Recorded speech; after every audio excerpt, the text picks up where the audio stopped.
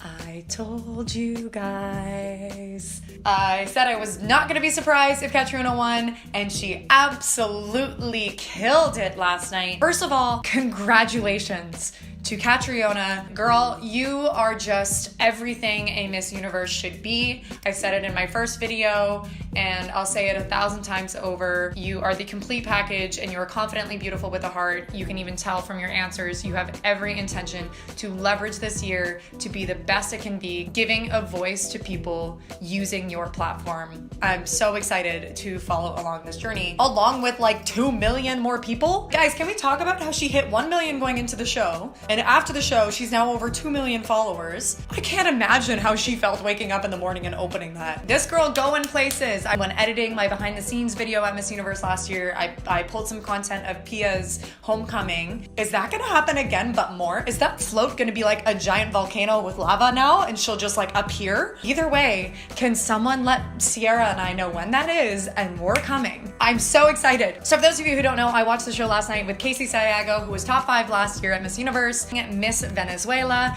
So she came over, obviously we were cheering on Venezuela. I was also cheering on Catriona and a few other of my favorites.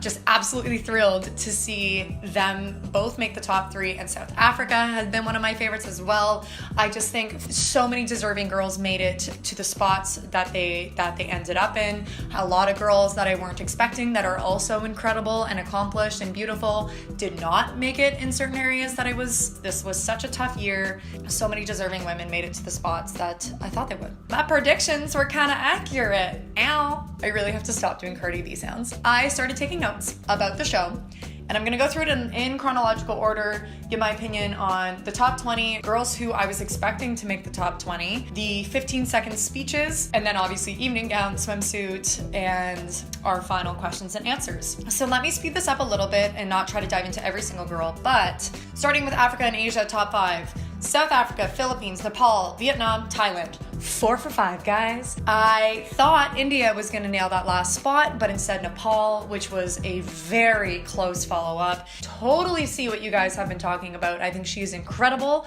Not to mention, if you guys don't know this is only the 2nd year that Nepal is in Miss Universe.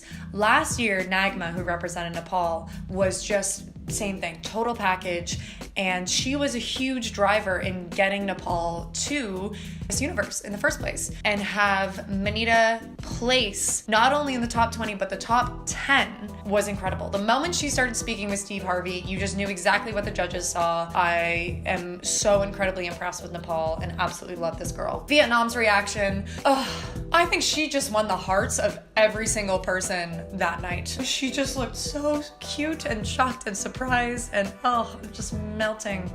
Europe's top 5 blew me away. I was so off on that prediction. I think I had 2 of those 5 girls referring to genuine reactions, which is one of my favorite things at Miss Universe. You can tell sometimes when a girl's like fake being surprised, and then when they're actually genuinely floored. Hungary did that reaction. I think this girl looked so sweet. She clearly looked shocked. I mean, if you're a country that you're not necessarily being part of the high pressure predictions, like these girls are the ones who are going to be in the top 5, these are the ones that I think can win, if you're not being talked about and you don't have the pressure of that, you're definitely more stressed out to think, will I or will I not make it through this crazy difficult cut? And Hungary, I feel, just gave such a genuine reaction to it, along with Ireland. I mean, I'm sure all the girls were surprised and excited, but they just had particularly fun reactions. I screamed when Ireland got in there with that final spot. I was rooting for this girl since day one. I think she's incredible, and I was absolutely thrilled to see her make it. Great Britain, incredibly well-spoken. I will admit I was a little uncomfortable at the singing, but she's a great singer when I just really wanted to hear her speak. Belgium, I had Belgium in my top, and then I took her out because I was just trying to balance and fit many girls. Americas, top 5, Curacao, Costa Rica, Canada, Puerto Rico, Jamaica. Costa Rica I talked about in my first video. Didn't know where she was gonna place. I was pretty excited to see her place regardless. I love this girl. How can you not love this girl? I don't know who won Miss Congeniality, but I wouldn't be surprised if it was her. How comfortable she was with Steve Harvey and that question and answer. Guys, I said this. She works in television and would feel comfortable in front of a camera, and it goes to show it. To be bold and make a joke at Steve Harvey, which he's kind of like drawn out the Columbia wrong crowning joke for, you know, last year it was getting to be like, okay, yeah, we know. But to see a contestant bring it right back and Natalia deliver it just so well, this girl is fabulous. Wild card. Whew. If I did not see Venezuela and Indonesia make it, I would have cried. Indonesia, this girl has just grown so much in my eyes. I think she's so cool. I think her story's fantastic. She hands down had one of the best videos out of all the contestants on those up close ones that were posted online. She's eloquent when she speaks. To quickly address it, if you haven't seen it, she talks about how there are members of her family who are different religions. I believe it was maybe 4 different religions. And she used that to address the fact that she would like to talk about, there's with so much negativity already in the world where a lot of that is fueled by indifference towards one another. She's using that as a proof and example of my family has differences, key differences in religion, which typically people would think is a taboo topic, as a great example on how we can still have love for one another despite of these differences. I'm a huge fan of Indonesia. Brazil, she does an incredible amount of activism, especially in Amazon conservation. She's born in Amazonia. That is so cool. And then the fact that she also uses her platform to address environmental issues, thrilled to have seen her in the top. So people who shocked me that I was hoping to see in the top, but only so many girls could. India, huge shock. I thought her story was incredible and she's well spoken. I'm really intrigued. El Salvador, Peru. We got Chile. Shout outs to a few girls in their videos. Bahamas. I thought that video was just incredible. I thought she was well spoken and talked about the right things. Sometimes it's just the aura of how someone speaks that really draws you into it. Lebanon. I really wanted to see that girl up there, at least in the top 20. Was very, very surprised. I love Lebanon. I'm very sad to see that, but this girl's so young. She's gonna go so far in life, and I'm excited to follow that journey. Girl, you got a fan. Nicaragua, I would have loved to have seen. Namibia really impressed me with her video.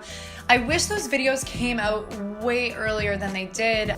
You get to know them a lot more. At the same time, I can only imagine the exhausting effort that it is to edit all of these. Kenya, I thought I would have seen her there, but she also had a very tough group. Kazakhstan, beautiful girl. I want to see one more thing. Why would Steve Harvey keep taking the mic from the girls as they're answering their questions? It bothered me so much. I saw it happen like 3 times where it would try to be like playful banter, but then I guess they were still continuing a sentence, and I felt bad. I was like, the tribute to Spain. I don't cry often, but man, that segment brought tears to my eyes. I'm like, that is a Miss Universe moment. She just had her Miss Universe moment right there, which obviously winning the crown would have been a big deal, but I was so overly happy to see the recognition that deserves. I mean, no matter what your opinion is, guys, you have to acknowledge and respect the bravery of someone to be the first transgendered to compete at Miss Universe. You have to be a very, very, very strong individual to face probably what is an incredible amount of cyberbullying. I've read a few things online that are too disgusting to ever repeat. Just, this girl, like, when she cried herself in her video, like that's when you went off the cliff emotionally. Just well done. Moving on to 15-second speeches. I have another video coming out addressing the format as a whole. I love this format. I love the opportunity for the girls to speak. I originally talked about the format where I wanted to see it as more of that question and answer, put a girl on the spot, but I think I agree with this more. Now, after seeing it live, putting a girl on the spot to ask an impromptu question and answer is all luck of the draw on what question you get. However, when you're telling the girl that, hey, you're gonna have the opportunity to put forward a message on stage and you have full control over it, I think is wonderful. You have so little control over the questions Steve Harvey will ask you. You have little control over the video that will be played about you, but this is the one thing that a girl will have control over, and I love that this has been incorporated. Last year, I'll always remember, Sri Lanka, who's brilliant, was asked a question about her cats. Man, how did she get a question about her cats? Does anybody, do they not want to ask her about how she runs her own business? Nope. Vietnam, when I first heard it going through, I wrote down in my book, not fair because I thought they were gonna have to give this in English rather than their native language. I thought that because of watching Vietnam and just thought, man, if she gets eliminated because of this, because they're not providing a translator, that is so not fair. But then later on, when another girl did use a translator, I think that's probably what the judges took into account, knowing Vietnam tried to do the 15-second speech in a language that is not her native language. And she still did a good job. I can't do that in Spanish. I can't do that in Portuguese, let alone Vietnamese. Like, good for her for taking such a big risk on that stage. And clearly, it didn't affect anything. Top 5, baby, top 5 for Vietnam. Yeah, I love her. Okay, so I wasn't gonna comment on this. I was avoiding it altogether, guys. But since y'all asked for your girl's opinion,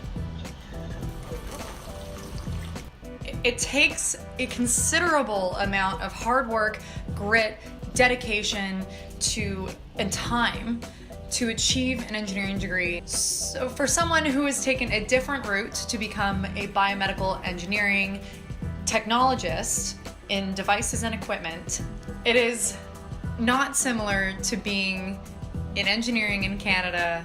So claiming to be in engineering it's just disheartening and deceptive for the vast majority of people who are an engineer, hold an engineering degree, or are in the process of getting that degree. I was really taken aback watching the show how confidently she addressed a platform studying a degree in biomedical engineering when that in fact is not accurate. And a lot of other girls could have taken a spot there who may not have stretched the truth to that extent. I just don't think that's right. That isn't to say that she cannot pursue an engineering degree after she completes her diploma and chooses to move into that field, but with that not necessarily being the case right now, I felt it was a little bit of a surprise on live television on an international stage. No bueno. Biomedical engineering technology is to become a technologist. An engineering degree is to become an engineer. If there are any engineers out there or technologists who would like to shed light on the difference between these two, go for it. And for the record, I do not think that any education is better than another education. I just believe in someone representing themselves truthfully. It just breaks my heart. Back to fun, Lauren. Okay, enough of that. Continuing with the pageant, that brings me to the top 10. Okay, first of all, swimsuit, overall styling. I thought the colors of the swimsuits were beautiful. I liked the styles of them. I don't really get the wings. I feel it was like an attempt to be a little Victoria's Secret, but it just, I don't know. The wings threw me off. The wings were a little distracting. They looked good, but the galaxy sarongs.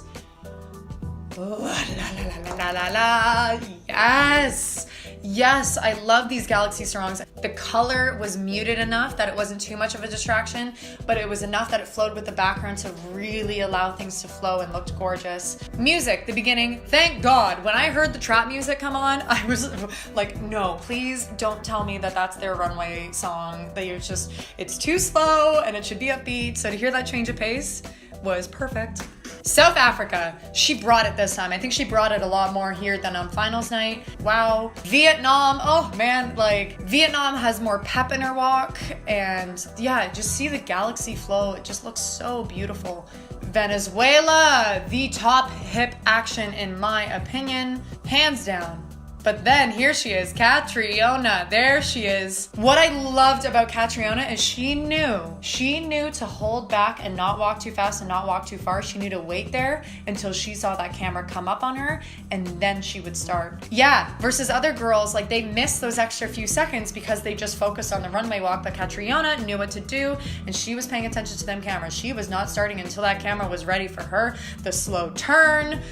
Ooh, get it! I feel like I'm reliving it all over again. I'm like, get it, girl.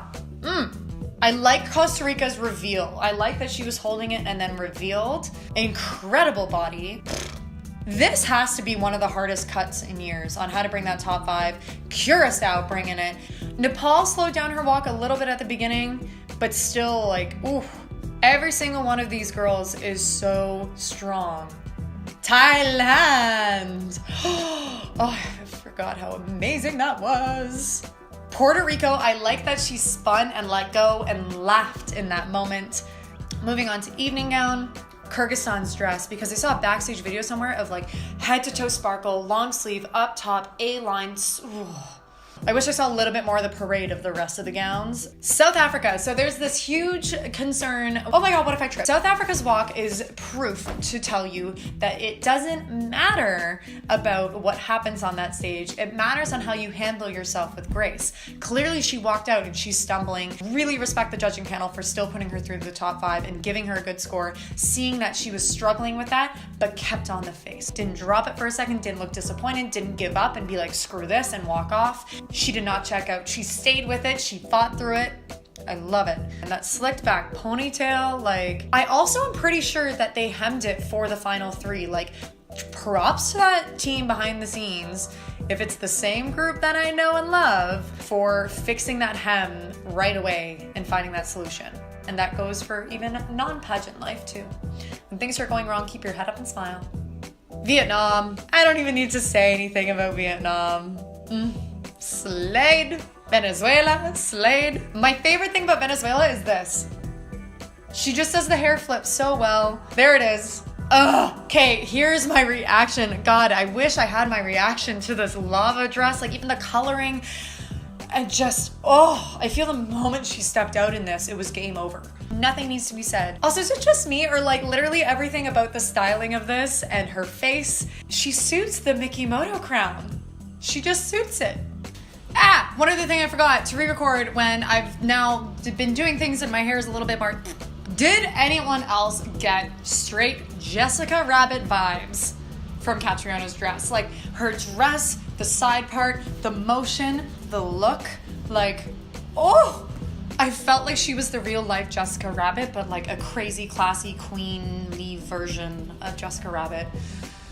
Giving me all the feels, guys. Costa Rica wasn't my favorite dress. I think she worked it really well though. Just tough competition. Curacao, wearing the same dress. She didn't need to change. That dress was perfect on her. Her hairstyle is one of my favorites. It just looks so classy. I love updos and evening gown. Oh, just beautiful. Her gown, I think, is one of my favorites. Like, I know obviously drop dead, gorgeous lava gown, but Curaçao's has to be a close second favorite in terms of gowns. Nepal, I think this is such a unique gown, but I feel there was just a little bit too much happening with it to make it a little bit distracting with the train and the additional feathers. Like there was just too much movement. Same thing though, held her head up, had a giant smile, and just was so graceful when she had that little trip. Tough competition. Canada's gown. Michael Cinco, you are a beautiful, beautiful dress designer. There's no doubt about that. Okay, wait. Considering the size of the train of Canada's gown, can we talk about Thailand for a second? I mean, have you guys seen that meme of Ariana Grande dodging the Victoria's Secret model's wings? That's kind of what this moment reminds me of in terms of Thailand is supposed to be having a moment of just like, look forward, focus, cameras, fierceness, this, that. She's obviously already killing it, but now suddenly is this little scene in this moment of going, oh my God, I have a giant train coming at me. What do you do? Just smoothly keeps her focused. She's got that crown in her sights. It doesn't even faze her. This gown is beautiful too. The color is such a wonderful color on her. You can see the detailing and embellishment. I don't know if there was any incentive behind the gown of wearing red to pay tribute to the Thai flag. The crowd is just going nuts. I think, she just did such a wonderful job. Really, really carried herself like a queen. I mean, they all are. Like Puerto Rico, I love Puerto Rico's gown as well, actually. So my favorite gowns, purely gowns, not performance, come to, I would probably say, Philippines, Curacao, and Puerto Rico. I love having that little shoulder coverage and her cleavage isn't too much. I think if a girl has a little bit of a larger enhancement and you can see a lot of cleavage, it doesn't look as tasteful. But the way she has it done is you can still see the slight line, but it doesn't look like too much. Like, girl, can I borrow that gown for something? Who designed that? Here, you know what? Screw it. Instead of Googling it, I realize one of you will actually know. Can someone send me the name of who designed that dress? The pairing with the earrings ties it all together really nicely. Okay, that's enough about evening gowns. I got really into the evening gowns. This has to be one of the hardest top 5s of all time. Wait, is this a top 5 that I said? This is the part where I'm proud, guys. I'm checking on who I said was in my top 5. Close. So I said Puerto Rico or Vietnam and Venezuela, but I put Curacao in the top. So I cheated. If I say 6 for my top 5 and 5 of the 6 made it, does it count?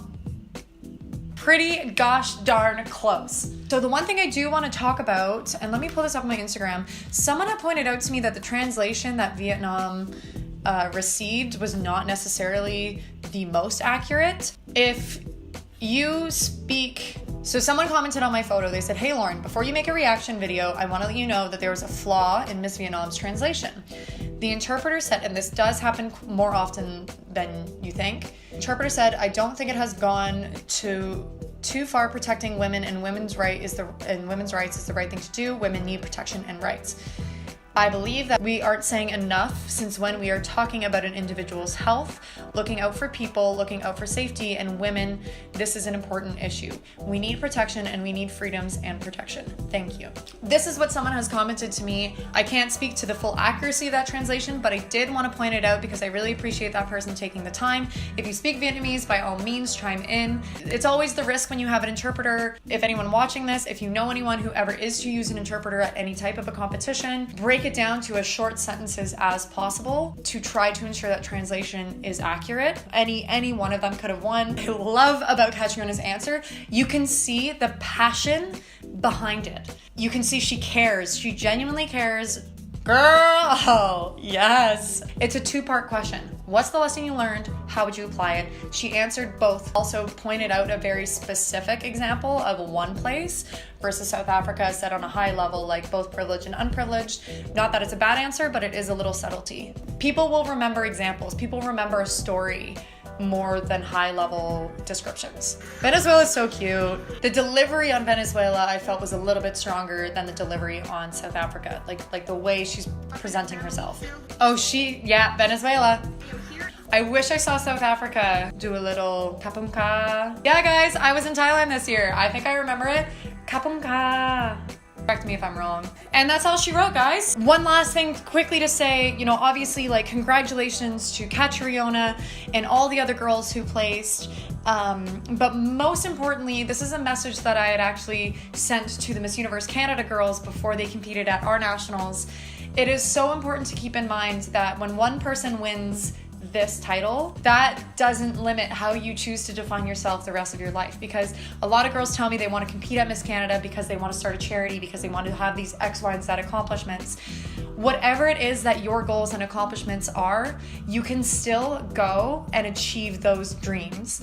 This is one chapter of one person's life, and there's so much more and so much left in the world to be achieved. I don't doubt that every single one of these girls is going to go off and do incredible things. It's tough and it stings for the first few weeks, but do not let a single title limit you in what you can achieve in your life.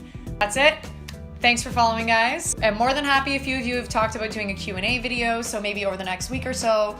Have any specific questions, topics, write them in the comments. I'd love to hear what questions that you might have that I can help answer. Be sure to subscribe, follow along. I have some really exciting projects and videos that I'm over the moon and thrilled to announce in 2019, things that I'm still working on the back end. Miss Universe 2018, baby. Great choice. I'm not even kidding about that parade. I want to come back to Manila for that. Woo! Auntie Rachel, I miss you. I need some Chargao in my life.